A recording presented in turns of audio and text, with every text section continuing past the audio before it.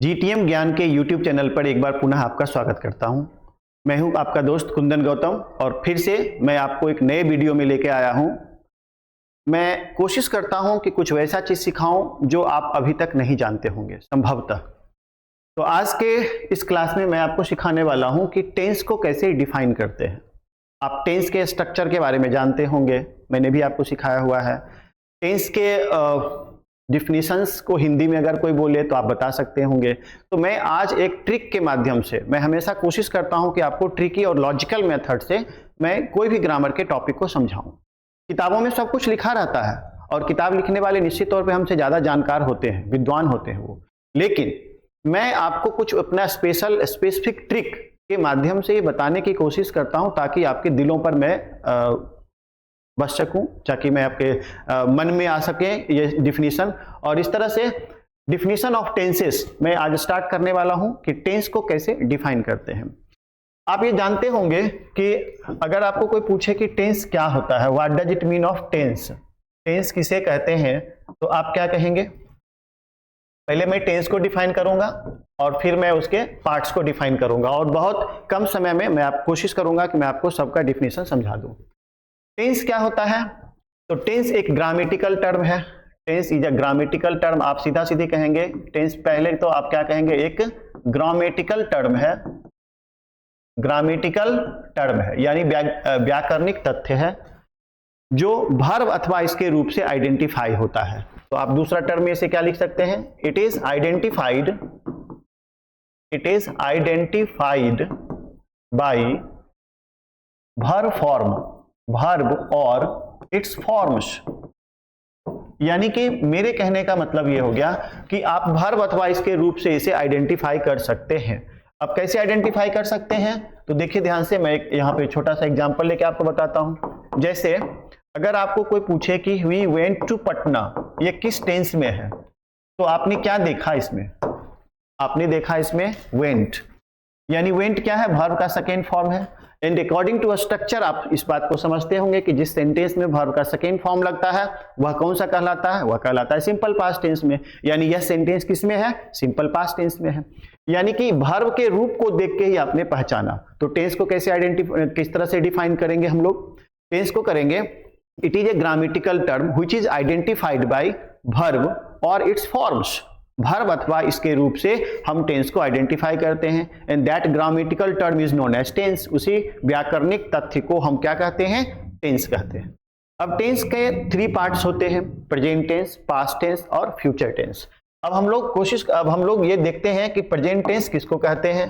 Present tense कहते हैं किसको? तो ध्यान से देखिए थोड़ा, मैं यहाँ पे एक डिफाइन करता हूँ प्रेजेंट टेंस को पहले, और इसी के आधार पर आप पूरे टेंस को कर सकते हैं define.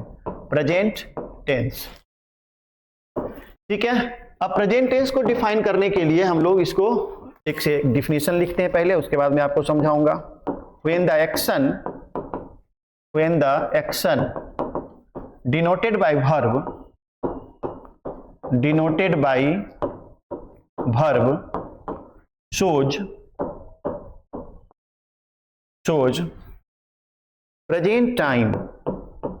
shows present time, comma, that form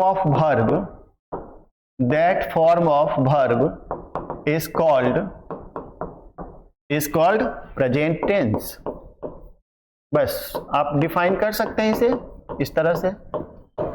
अब देखिए ध्यान से इस बात को कि यहां पे प्रेजेंट टाइम लिखा हुआ है ये शब्द, और यहां पे है लिखा हुआ प्रेजेंट टेंस। मतलब ये निकलता है कि बस इस 2 शब्द को बदल देना है, पास्ट टेंस का डिफिनीशन हो जाएगा। अगर यहां पास्ट टेंस का डिफिनीशन लिखना है तो क्या लिखेंगे? When the action denoted by verb, यानी कि वर्ब के द्वारा दर्शाया गया जब कोई एक्शन शोज दिखलाता है, प्रेजेंट टाइम है तो प्रेजेंट टाइम को दिखलाता है, यानी प्रेजेंट टेंस का डिफिनीशन। यहां पास्ट टाइम कर देंगे तो पास्ट टेंस का डिफिनीशन हो जाएगा, और यहां फ्यूचर टाइम कर देंगे तो फ्यूचर टेंस का डिफिनीशन हो जाएगा। यानी कहने का अर्थ यह हो गया कि प्रेजेंट टेंस किसे कहते हैं? तो किसी भी सेंटेंस में कोई ना कोई क्रिया का रूप लगा रहेगा, उससे हम आइडेंटिफाई करते हैं उस टेंस को। यानी किसी सेंटेंस में प्रयुक्त क्रिया से अगर वर्तमान समय का बोध हो तो वह प्रेजेंट टेंस में होगा, पास्ट टाइम का बोध हो यानी बीते समय का बोध हो तो वह पास्ट टेंस होगा, और आने वाले समय का बोध हो तो वह फ्यूचर टेंस होगा। बस केवल इस चीज को बदलना है, प्रेजेंट की जगह पास्ट कर देना है, एक बार फ्यूचर कर देना है। ठीक है, तो ये प्रेजेंट, पास्ट और फ्यूचर टेंस का डिफिनीशन आप समझ गए होंगे। अब हम प्रेजेंट टेंस को क्लासिफाई करेंगे, वर्गीकृत करेंगे, बांटेंगे। तो 4 पार्ट में से बांटते हैं हम, है ना। अब प्रेजेंट टेंस को हम लोग 4 भाग में बांटते हैं। तो सबसे पहला क्या होता है, यहां पर हम लिख देते हैं प्रेजेंट टेंस को, जब हम लोग बांट रहे हैं प्रेजेंट टेंस। ठीक है, अब हम इसे 4 भाग में बांटते हैं, और 4 भाग में जो बांटते हैं वो कौन कौन होता है। तो सिंपल प्रेजेंट टेंस होता है सबसे पहला, सिंपल प्रेजेंट टेंस। अब सिंपल प्रेजेंट टेंस को कैसे हम डिफाइन करेंगे, सिंपल प्रेजेंट टेंस। और दूसरा होता है present continuous tense, present continuous tense. और तीसरा होता है present perfect tense, present perfect tense. और चौथा होता है present perfect continuous tense, present perfect continuous tense, continuous tense, है ना। आप सब इसको जानते होंगे। अब हम सिर्फ ये कर रहे हैं इसमें कि जहां पर इसमें क्या क्या जुड़ा, पहले अभी हमने डिफिनेशन किसका पढ़ा था, प्रेजेंट टेंस का, लेकिन अब इसमें क्या एक नया शब्द जुड़ गया है, सिंपल। यानी कि सिंपल बोले तो सिंपल एक्टिविटी, यानी इसमें आप यहां पे कर देंगे सिंप्लिसिटी, सिंप्लिसिटी सामान्यता। अब हमको इसको यहां पे डिफाइन करना है सिंपल एक्टिविटीज, यानी सिंपल एक्शन, सिंपल एक्शन यानी सिंपल एक्टिविटीज से। ठीक है, अब यहां पे कॉन्टिन्यूटी, कॉन्टिन्यूटी, और इसको हम लोग करेंगे कंटिन्यूअस एक्शन से, और इसको परफेक्टनेस, परफेक्टनेस यानी कि परफेक्ट एक्शन, और इसमें perfectness with continuity, perfectness with continuity. बस इसी शब्द को जोड़ देना है। तो मैं एक डिफिनेशन तैयार करता हूं, यहां पर एक सिखाऊंगा, आप सब सीख जाओगे। और यहां पे मैं लिखता हूं सिंपल प्रेजेंट टेंस को, सिंपल प्रेजेंट टेंस को पहले हम डिफाइन करते हैं। अब ध्यान से देखिएगा, when the action denoted by verb shows the simple activity, यानी कि सिंप्लिसिटी को हमने क्या किया, सिंपल एक्शन या सिंपल एक्टिविटी, सिंपल एक्टिविटी जैसे पढ़ना, हंसना, खेलना, रोना, in present time, in present time, comma, that form of verb is called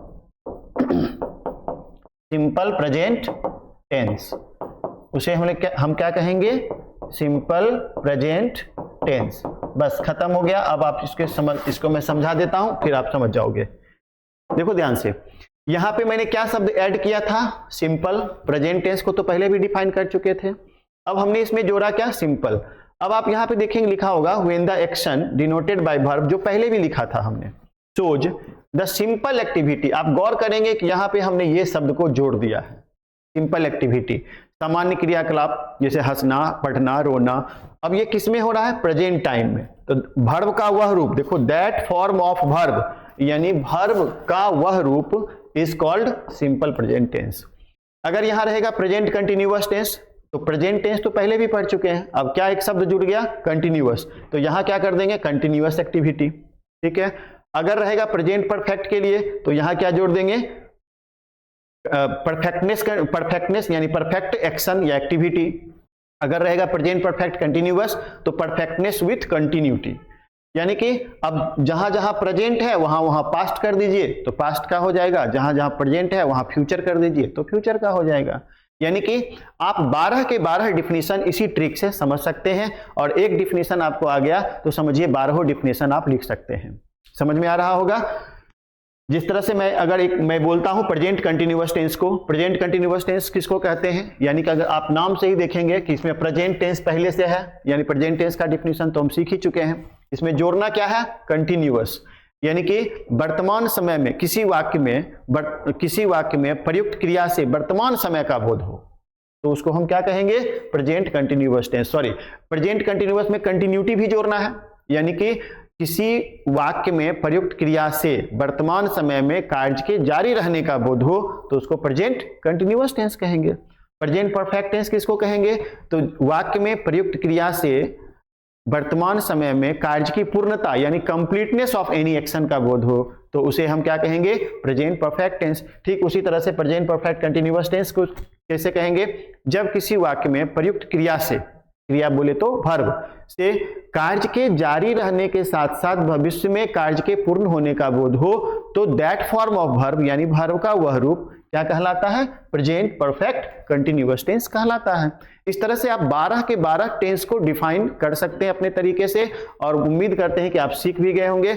लंबा वीडियो ना हो इसके लिए मैं इसको खत्म करता हूं और अगले वीडियो में इसके अन्य डिफिनीशंस को भी मैं समझाने की कोशिश करूंगा। अगर आपको प्रॉब्लम हो, अगर कोई क्वेश्चन हो तो आप कमेंट बॉक्स में जरूर इसे देंगे, इसका जवाब मैं अगले वीडियो में दूंगा। Thank you so much.